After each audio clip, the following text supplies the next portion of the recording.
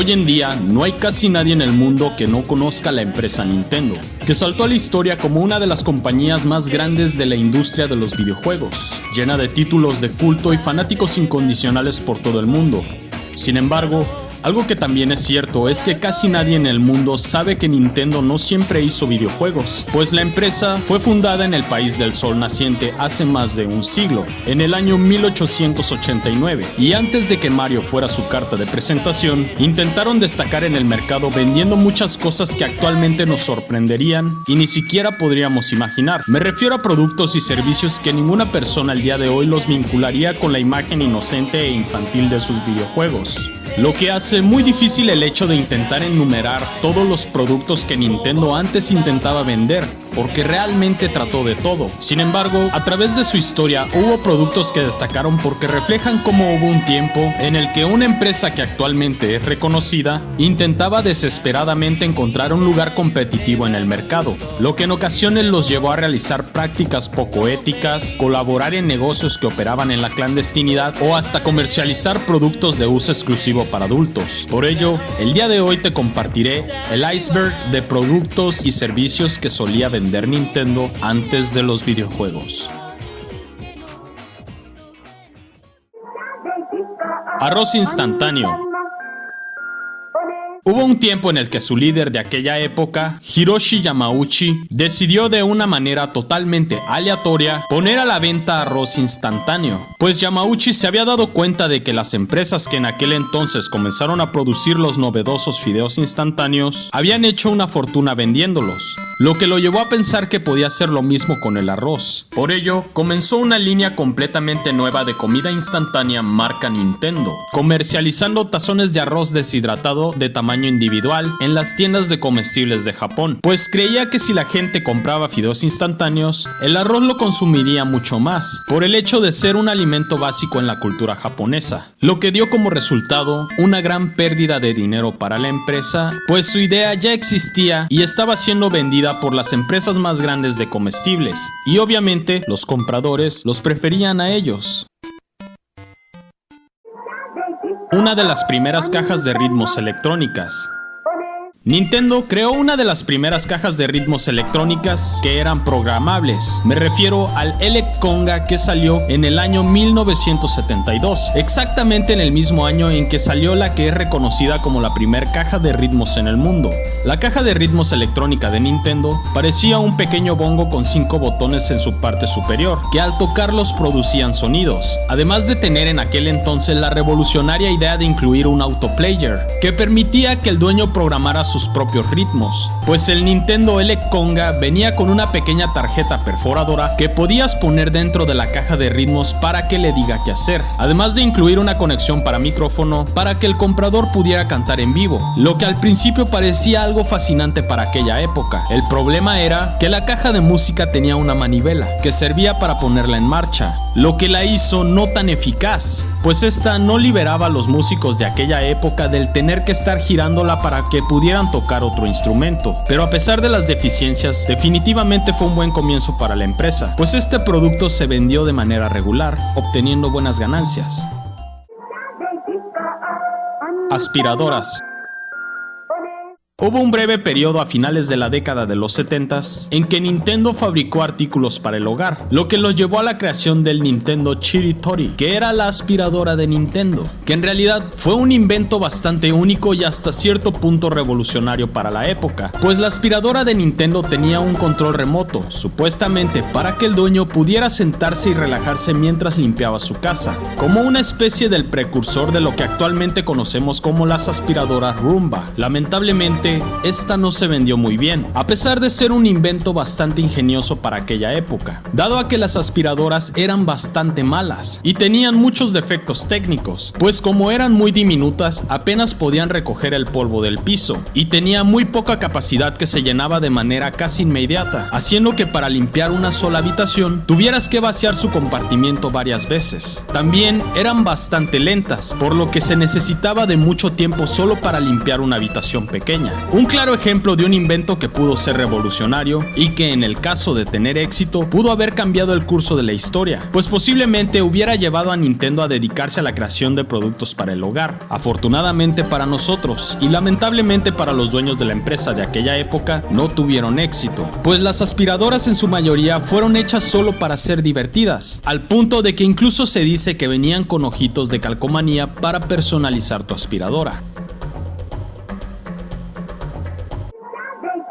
Material de oficina de muy mala calidad. Nintendo solía vender toda una gama de equipos de oficina durante la década de los 70s, lo que durante esos años convirtió a Nintendo en el único proveedor de suministros de oficina que ofrecía descuentos en sus productos, ofreciendo desde papel, relojes de pared y todo lo que se pueda imaginar para una oficina. Por lo general, estos artículos eran bastante únicos, pues vendían estantes de almacenamiento que se podían encajar como ladrillos de Lego e incluso hicieron una fotocopiadora que se llamaba Nintendo Copylas, que era una imitación de muy mala calidad de las hechas por Xerox, pero con la diferencia de que esta poseía un descuento. Fue diseñada precisamente para ser una de las fotocopiadoras más baratas del mercado por su mala calidad, pues esta se estropeaba en muy poco tiempo, y hacía que los compradores regresaran un poco después para comprar suministros con la finalidad de repararlas, pues Nintendo se aseguraba de casi regalar el producto, pero también se aseguraba de que el comprador regresara casi cada semana por suministros, lo que es un modelo de negocios poco ético. Imitación de bloques de Lego. Antes de que Nintendo decidiera dedicarse a la creación de videojuegos, Nintendo probó suerte con muchos juguetes para niños, desde juegos de mesa, rompecabezas, lanzadores de pelotas de béisbol, cochecitos de bebé, entre otros. Sin embargo, uno que destacó, y no precisamente por ser exitoso, fue el NIB Block, que era su versión de Lego, robando las ideas que llevaron al éxito a Lego, solo que cambiando la palabra Lego por Nintendo. Pues las piezas de NIB Block eran idénticas a las de Lego, pues los bloques de plástico eran del mismo tamaño y tenían el mismo modelo. La única diferencia radicaba en los conectores que se ven en la parte de abajo de los bloques de Nintendo, pues estos, en lugar de tener círculos completos, tenían semicírculos, lo que en sí, ese cambio no era para mejorarlos, sino solo una excusa para evitar que Lego los demandara, cosa que no funcionó, pues Lego los demandó duramente por plagio, dado a que Nintendo tampoco fue precisamente muy diplomático al momento de promocionar su producto, pues se dice que sus comerciales trataba de un niño que estaba enojado porque le habían regalado bloques de Lego, mientras que veía con celos a un niño feliz jugando con sus bloques de Nintendo. Nintendo terminó ganando esa demanda, pero eso no les sirvió de nada, pues su imitación estaba condenada a ser un fracaso de todos modos, dado a que sus bloques estaban tan mal diseñados que el más mínimo viento los derribaba, haciendo que las cosas que se construían con ellos no duraran mucho, lo que frustraba bastante a los niños que los compraban. Un detector de amor. Uno de los primeros éxitos a nivel internacional de Nintendo fue el Nintendo Love Tester de 1969, una máquina que supuestamente podía medir la cantidad de compatibilidad amorosa que tenías con tu pareja por medio de dos electrodos, que debían tomar con una mano cada uno, mientras que con la otra debían tomarse de la mano, lo que hacía que el medidor de la máquina subiera para decirles qué tan verdadero era realmente su amor, aunque en realidad lo único que medía era realmente su frecuencia cardíaca. Hasta aquí todo bien, pues es un producto de entretenimiento para jóvenes bastante inocente, pero lo que lo sumerge un poco en la profundidad de este iceberg son los testimonios de algunas personas, que indican la forma inquietante en que el creador explicaba su invento, en un programa de televisión de Japón, indicando que este se le ocurrió al preguntarse si existía alguna manera de utilizar algo para que las chicas pudieran agarrarlo de la mano, mencionando entre risas que después de crearlo terminó tomando la mano de muchas chicas gracias a su invento, lo que, según se cuenta, se notaba que le preocupó un poco, pues este notaba la incomodidad que se percibía del público, lo que en lugar de llevarlo a tratar de decir algo para arreglar la situación, lo hizo agregar que, por supuesto, en algún momento comenzó a sentir que quería hacer algo más que simplemente tomar las manos de las chicas. Sin embargo, a pesar de este episodio inquietante, no se puede negar que el Love Tester de Nintendo fue el primer producto que vendieron con éxito en el extranjero, lo que de manera conmemorativa les hizo hacerle un remake en 2010. la Ultra Hand.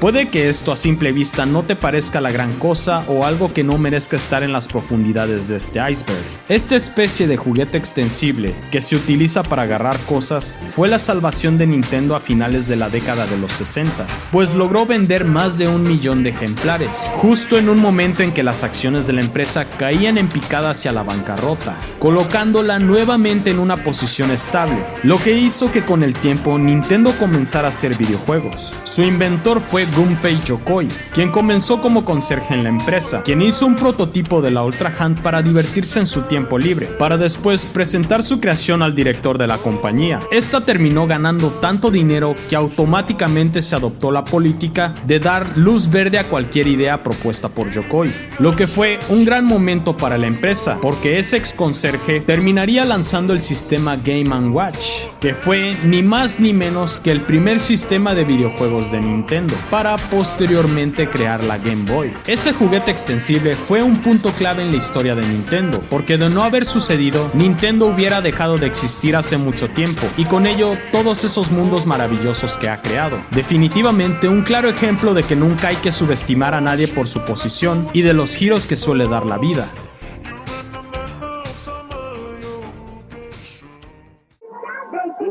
Una empresa de taxis corrupta.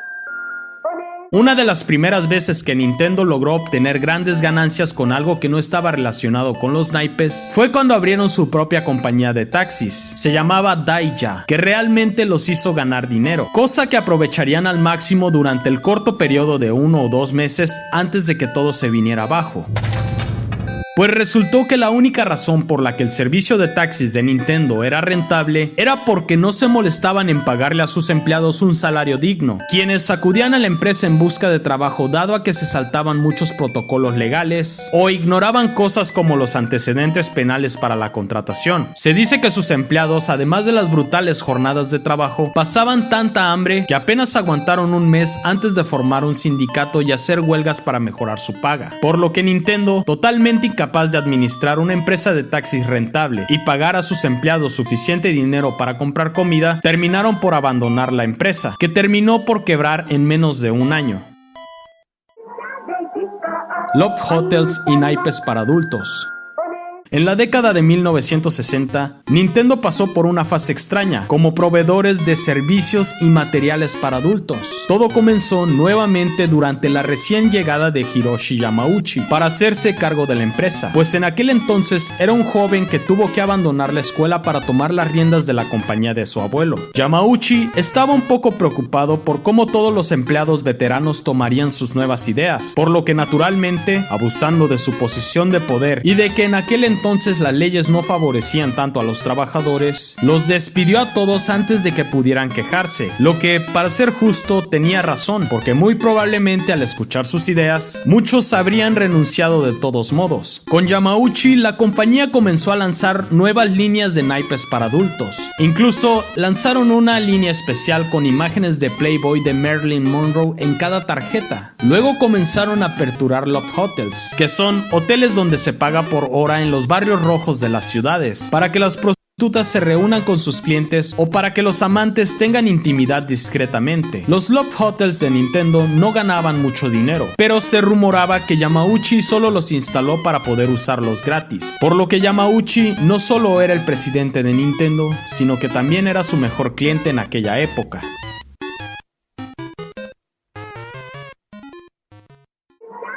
Suministros para juegos de azar que administraban los Yakuza. Se podría decir que los primeros clientes importantes de Nintendo fueron los Yakuza, que es una forma de decirle a los sindicatos del crimen organizado de Japón, pues mucho antes de que hicieran videojuegos, Nintendo se especializaba en fabricar y comercializar naipes y suministros para juegos de azar, y sus mejores clientes eran los casinos ilegales que administraban los Yakuza. Incluso, como un secreto a voces, existe un rumor de que el nombre Nintendo deriva de esta etapa de la empresa, pues en sí la palabra Nintendo se traduce como una referencia a los juegos de azar, que en su momento fueron muy lucrativos para la empresa, pues significa dejar la suerte al cielo o que el cielo lo decida. Sin embargo, hay otros que afirman que el nombre tiene un significado aún más profundo. Según algunos miembros de los Yakuza, el nombre de Nintendo, desde el principio, fue una sutil referencia a la palabra Ninkyo, que no es sino otra forma de llamar en ese submundo a la caballería de los Yakuza. Lo que podría significar que desde el mismo momento en que comenzó el negocio, estuvieron vinculados con la mafia japonesa, pues Nintendo hizo una fortuna vendiéndoles a los casinos clandestinos, lo que rápidamente los convirtió en la empresa de tarjetas más grande de todo Japón, al punto de que incluso consiguieron el contrato para fabricar los naipes con licencia oficial de Disney en 1959.